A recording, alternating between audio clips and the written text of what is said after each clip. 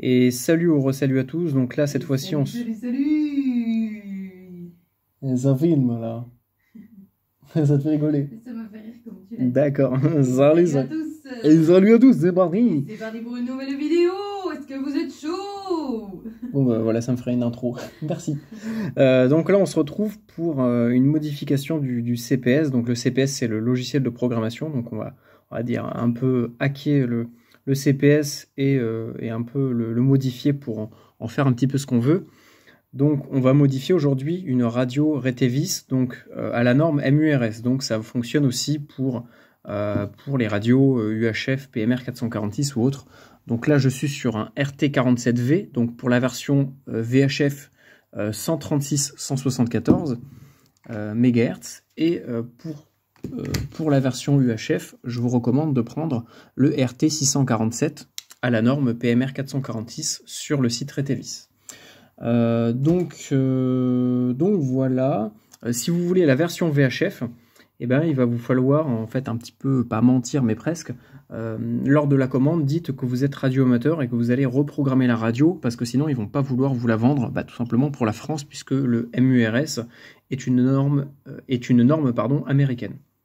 Donc, il va nous falloir, pour faire cette modification, un ordinateur, le câble de programmation. Donc le câble, c'est le câble RT87 que vous allez trouver sur le site dans l'onglet accessoires câbles.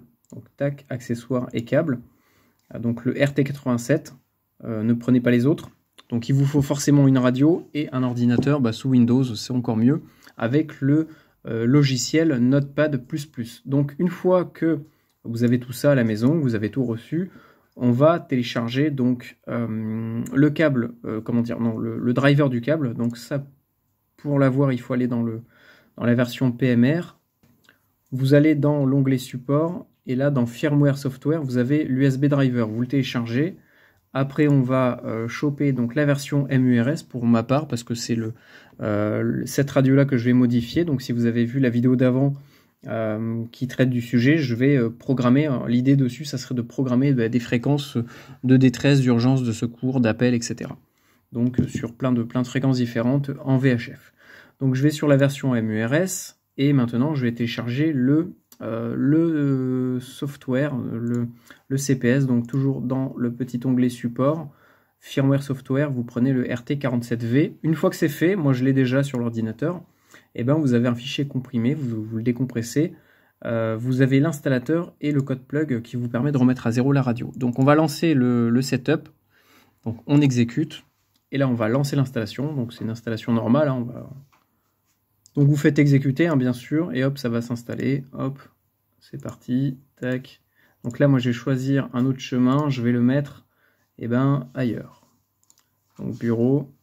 Donc je l'ai mis dans le dossier radio et le dossier programmation. Hop, on l'installe, on change rien, on le laisse par défaut. C'est bon. Donc cette fois-ci, on va aller tout simplement dans le dossier.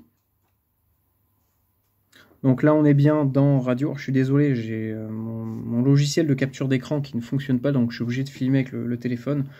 Donc on va dans programmation et là on voit qu'on a bien les dossiers qui ont été ajoutés.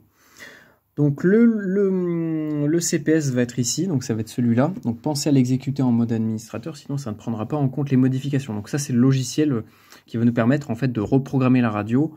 Mais le souci c'est que par défaut, si on le lance, vous allez voir que on est bloqué en fait au niveau des fréquences. On a 5 mémoires, alors que la radio peut aller peut avoir beaucoup plus de mémoire que 5 mémoires. Et on voit qu'on est sur des fréquences MURS. Donc nous, c'est pas ce qui nous intéresse. Et on va la débloquer. Donc on va dans le dossier setting, on fait clic droit, ouvrir avec éditer avec Notepad++. Hop, une fois que c'est fait, on arrive ici. Donc là, on va un petit peu décortiquer tout ça. Je sais pas si vous voyez bien, je vais essayer de faire la netteté plutôt ici. Voilà, nickel. Donc là, en haut, on a le port com, on s'en fout de ça. Le password, donc 1, ça veut dire qu'il y a un password, un mot de passe. Sur 0, ça veut dire qu'il n'y en a pas. Donc en fait, c'est comme ça qu'il va falloir comprendre ce fichier. Dès que c'est marqué 1, c'est qu'on active la fonction. Dès que c'est marqué 0, c'est qu'on désactive la fonction. On a le password pour le mode test qui est juste ici, donc à retenir, 1, 2, 3, 4, 5, 6, qui va nous servir juste après. Le test mode, donc ça, on va le mettre sur 1. Sinon, on ne pourra pas accéder au menu qui va nous permettre de modifier la puissance. On ne va pas le faire aujourd'hui, mais c'est pour que vous puissiez juste voir un petit peu comment on fait. Là, cette ligne-là, on va pouvoir également l'éditer. On voit qu'on est sur 5 canaux par défaut. C'est pour ça que de base, dès qu'on lance le CPS, on a 5 canaux qui vont s'afficher. Nous, l'objectif avec la radio, ça va être d'avoir 16 canaux différents. Donc, on va mettre 16. Une fois que c'est bon, on va descendre, et là on voit bien qu'on est sur une version VHF, que le frequency range c'est 136-174, donc ça couvre bien toute la bande VHF.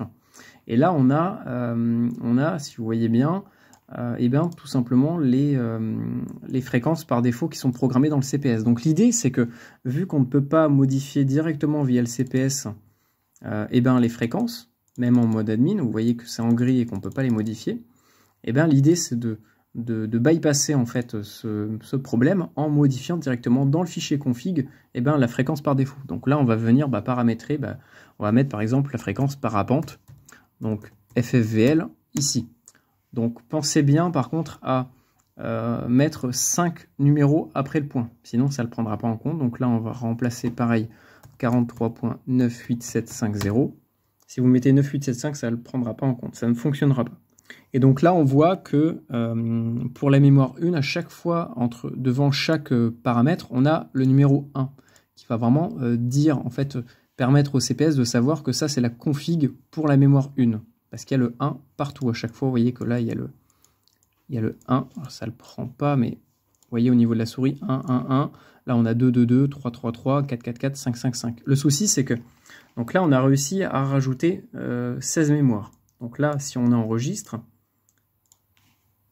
et qu'on relance le CPS, on va voir qu'on a 16 mémoires, mais on n'a rien de configuré dedans parce que justement au niveau du fichier config, ça s'arrête à la mémoire 5. Donc l'idée, ça va être de rajouter, de dupliquer en fait des mémoires. Donc pour ça, c'est très simple. Vous allez faire un copier-coller de ça. Vous faites copier. Vous voyez qu'entre chaque mémoire, il y a un espace, une ligne. Donc vous allez à la fin de la partie fréquence. Donc là, vous voyez qu'on peut le réduire ou l'augmenter sur le Notepad++. Et on voit bien que tout ce qui est en rouge, c'est ce qui concerne les mémoires. Donc on va aller à la fin de celle-là.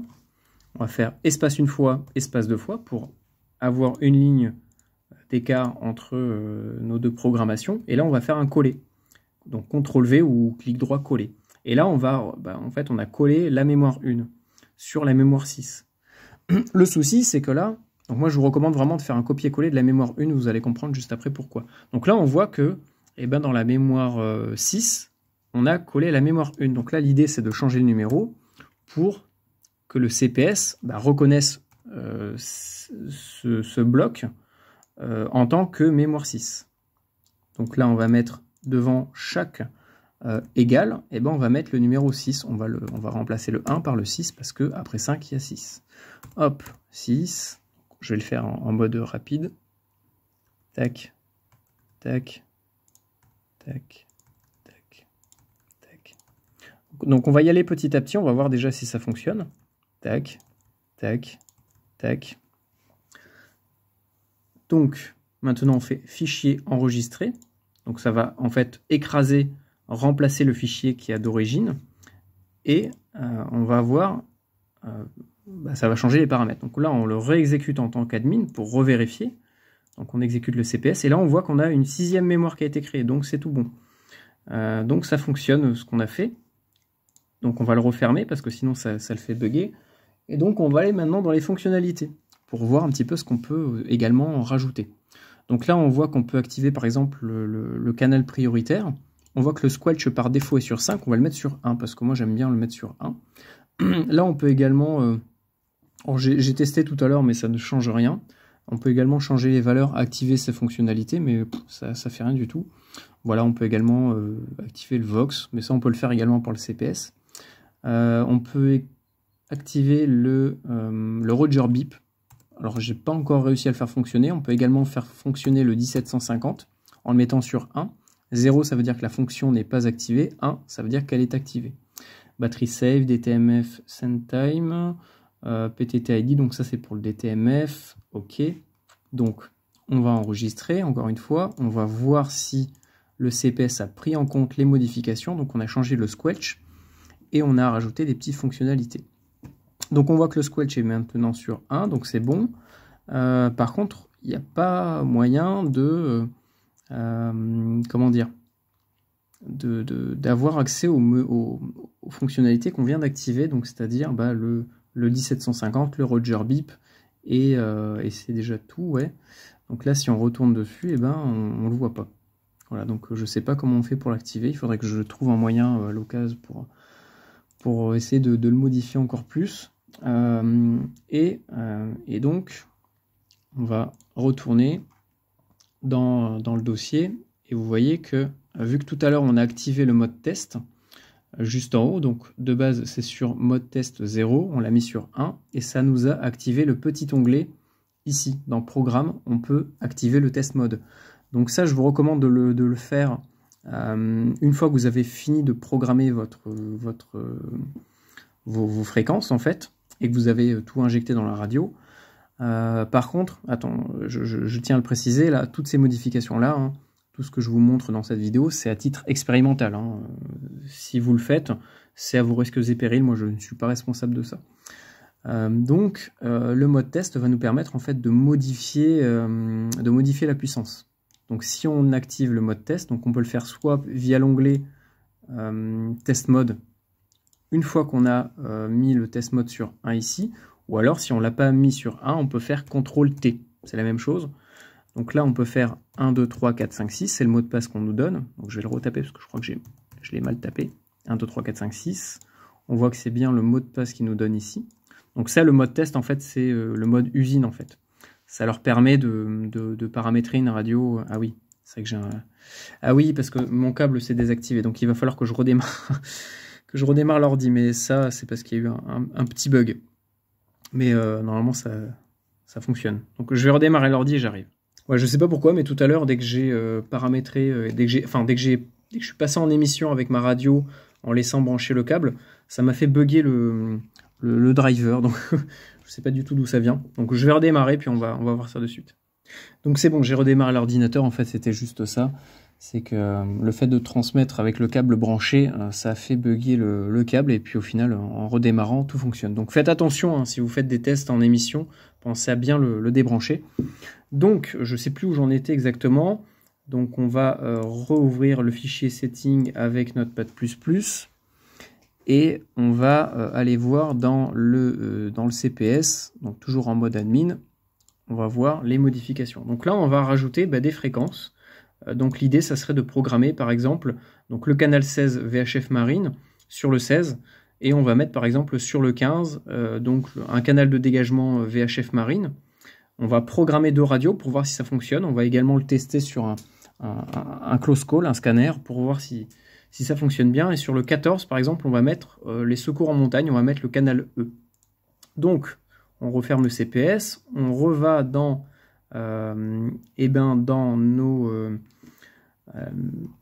dans notre petit fichier, et donc là on va venir créer d'autres mémoires en plus. Donc on va faire un copier-coller de la mémoire 1, vous allez comprendre pourquoi juste après il faut copier la 1 et pas la 2. Donc là sur le CPS on a réussi à créer 16 espaces différents pour les 16 mémoires, mais le souci c'est qu'il n'y a rien dedans. Donc là maintenant on va aller à la toute fin, on fait 2 fois espace comme pour la mémoire 6, et on fait un coller, donc CTRL-V, de la mémoire 1, et en respectant toujours l'espace avec une seule ligne ici. Donc on va la nommer mémoire 7. Donc vous faites ça pour chaque mémoire. Hein. Tac, 7, 7, 7, 7, 7, 7, 7, 7. Non, j'ai fait une connerie, donc CTRL-Z, si vous avez fait une bêtise, voilà, hop. Ça, c'est les petites manips à savoir. C'est pas 7, 7, c'est le 7, tac. Voilà, donc je vais faire ça pour les 16 mémoires, et puis on se retrouve de suite. Donc voilà comment je fais, donc CTRL-V, donc là je suis à la 9e, 2 fois espace, enfin 2 fois entrée, 10, 11, 12, 13, 14, 15, 16. Voilà. Là, on a les 16. On va juste maintenant les modifier les chiffres. Donc là, on va mettre 8, 9, etc. etc. Donc pourquoi est-ce que je vous ai dit de copier la mémoire 1 et non pas la mémoire 2 ou la mémoire 3 ou n'importe quelle autre?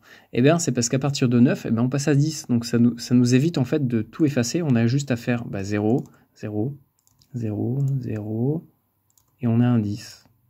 Pareil pour 11, 12, etc. Donc, hop, je fais cette ligne et on va reprendre à 16. Donc là, on a fini les 16. Vous voyez que là, sur le bloc 16, on a bien 16, 15, 14, etc. Donc on enregistre. On va relancer le CPS pour voir si ça a tout bien pris. Donc toujours en mode admin.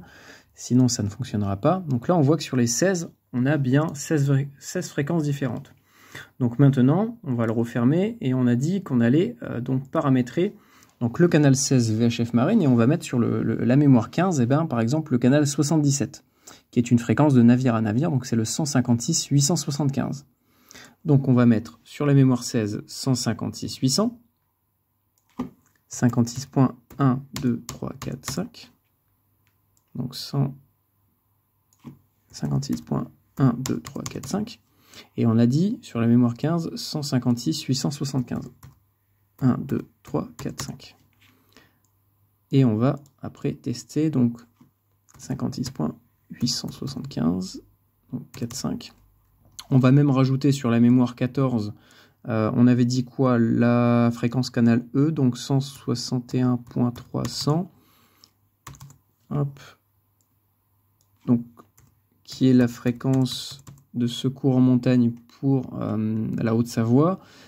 Sur la 13, par exemple, on va mettre, je sais pas moi, une fréquence radioamateur pour vous montrer que ça fonctionne. 145.500. Allez, on va mettre la fréquence d'appel. Donc c'est vraiment juste pour un test. Hein.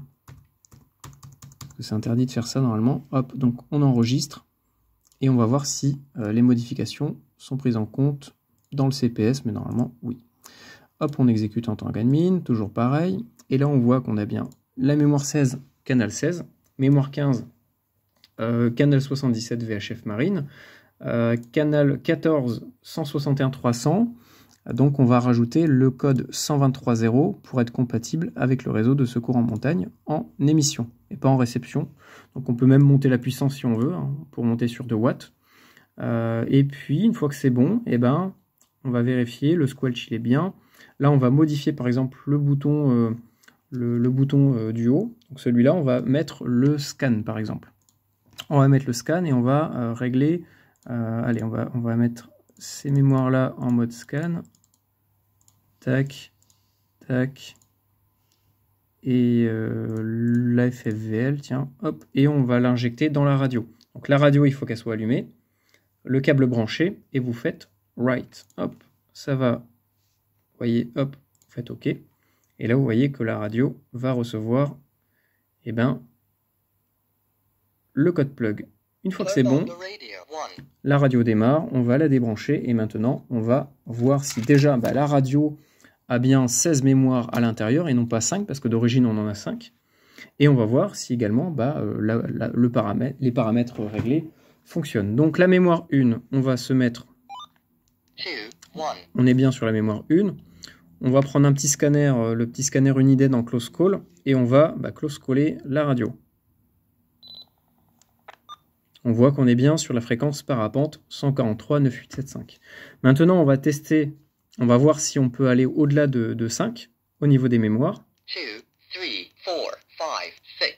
C'est bon. 7, 8, 9, 10, 11, 12, 13, 14. Donc, 13. C'est 145.500, donc c'est la fréquence d'appel radioamateur. On va voir si ça fonctionne. C'est vraiment, j'appuie 2 secondes, c'est vraiment juste pour voir si ça transmet bien. Ok, on a bien le 145.500. On va passer sur le 161.300. 14. Donc je ne suis pas dans la Haute-Savoie, donc ça craint rien. Hein. Donc on voit qu'on a bien le 161.300. Est-ce qu'on a la tonalité 123.0? On l'a. On va monter sur le canal 15. 15. Donc la mémoire 15 qui correspond au canal 77 Marine, on voit qu'on a bien 156, 875 et on va être vraiment très rapide sur le 16, même si je suis pas en bord de mer, je suis au plein milieu de la France. Hop, on voit qu'on a bien 156, 800. Donc maintenant, ce qu'on va faire, on va tester, voir si ça fonctionne entre deux radios. Donc on a la radio 1 avec le marquage VHF en bleu qui est là, donc qui a déjà été paramétré. Maintenant, on va prendre la deuxième radio en VHF avec l'autocollant orange qu'on va également paramétrer avec la même configuration pour voir si ça fonctionne ou non. Hop, on vient visser ça là-dessus. On refait OK pour le réinjecter dans la nouvelle radio. Alors, moi, je ne l'ai pas allumé. Voilà, c'est bon. Hop, ça charge. On est à 100%. OK, donc là, c'est bon, elle a redémarré. Donc, on va se caler sur le canal 15 parce que les autres, c'est pas fait pour ça. 16, 15. Donc, on est sur le canal 15, donc le canal 77 qui est une fréquence de bateau à bateau. Donc là, ouais, forcément, le squelch, je suis à côté de l'ordinateur. 1, 2, test radio sur le 77. OK, ça fonctionne. Et dans ce sens-là, test radio, canal 77, ça fonctionne. Voilà. On a réussi à débloquer les radios en fréquence et à ajouter également des mémoires supplémentaires. J'ai fait tomber là. Voilà, j'ai des fils partout. Hop, on va recaler la radio. Je suis désolé. Donc, maintenant, on va aller encore plus loin. On va voir jusqu'à où on peut pousser la radio. Donc, on va... non, on sauvegarde rien. On va re-aller dans le setting et on va rajouter une mémoire en plus. On va mettre, allez, 20 fréquences. Voir si ça fonctionne. Donc là, j'en ai rajouté 4 supplémentaires. Vous les voyez, elles sont juste ici. On est toujours avec le numéro 1 parce qu'on ne l'a pas encore modifié. Il faut qu'on aille tout en haut et qu'on ajoute, donc au lieu de 16, on va mettre 20. On va changer la valeur et on va aller rajouter, après 16, on va mettre 17. Tac, tac, tac. Allez, je continue. Donc c'est bon, j'ai créé les 20 mémoires. Vous voyez, on est à 20. Donc on va mettre sur la 20e, je sais pas moi, on a quoi comme fréquence? Sur la 20, on va mettre la mémoire, le canal 20. Donc le canal 20, ah non, c'est un canal duplex, donc on va mettre, je sais pas moi, le canal pour, je sais pas moi, les trucs portuaires. C'est où? Autorité, cross. Allez, on va mettre le 9. 156 450. Allez, soyons fous. 156.450. 156.450 sur la mémoire 20. On enregistre. Donc là, par contre, je ne sais pas du tout ce que ça va donner. Donc peut-être qu'il y a tout qui va exploser. Je ne sais pas du tout. On va relancer en mode admin. Tac, je branche la radio crash test. Allez, hop, elle est là, elle est allumée. Donc on voit qu'on a jusqu'à 20 mémoires. On a bien le 156 450 sur la mémoire 20. On va le réinjecter dans la radio. On va prier pour que ça fonctionne, parce que je ne sais pas du tout ce que ça va donner, si, même au niveau de la synthèse vocale, est-ce que ça va vraiment le prendre en compte ou pas. Donc voyons voir, on va monter au niveau des mémoires, ça va être vraiment le suspense. Allez, on croise les doigts. Ah, non, en fait, on peut aller que jusqu'à 16. Donc voyons voir quand même, hein. Peut-être que le 1, c'est le 17. Parce que... Donc, on va remettre en close call. Donc le 16, c'est le 16 marine. Non, le 17, pardon, qu'est-ce que j'avais dit? Ah oui, mais c'est la même... Eh non, c'est pas la même fréquence que le 1. Ah, c'est vrai que c'est embêtant, ça. Ah bah, je vais tester. Donc dans le 17, tiens, on va mettre 144 500. Pour voir, parce que c'est vrai que j'avais pas fait attention, mais c'est les mêmes fréquences en plusieurs fois. Donc on va fermer le CPS avant d'enregistrer. Hop, on enregistre. On relance. Vous voyez que c'est un jonglage permanent entre les deux. Donc dans le 17, on voit qu'on a bien 144 500. Donc on envoie dans la radio. Et là, on va prier pour que ça fonctionne. Et à mon avis, ça va pas marcher. Donc on enlève le micro, enfin le câble, tac. Alors.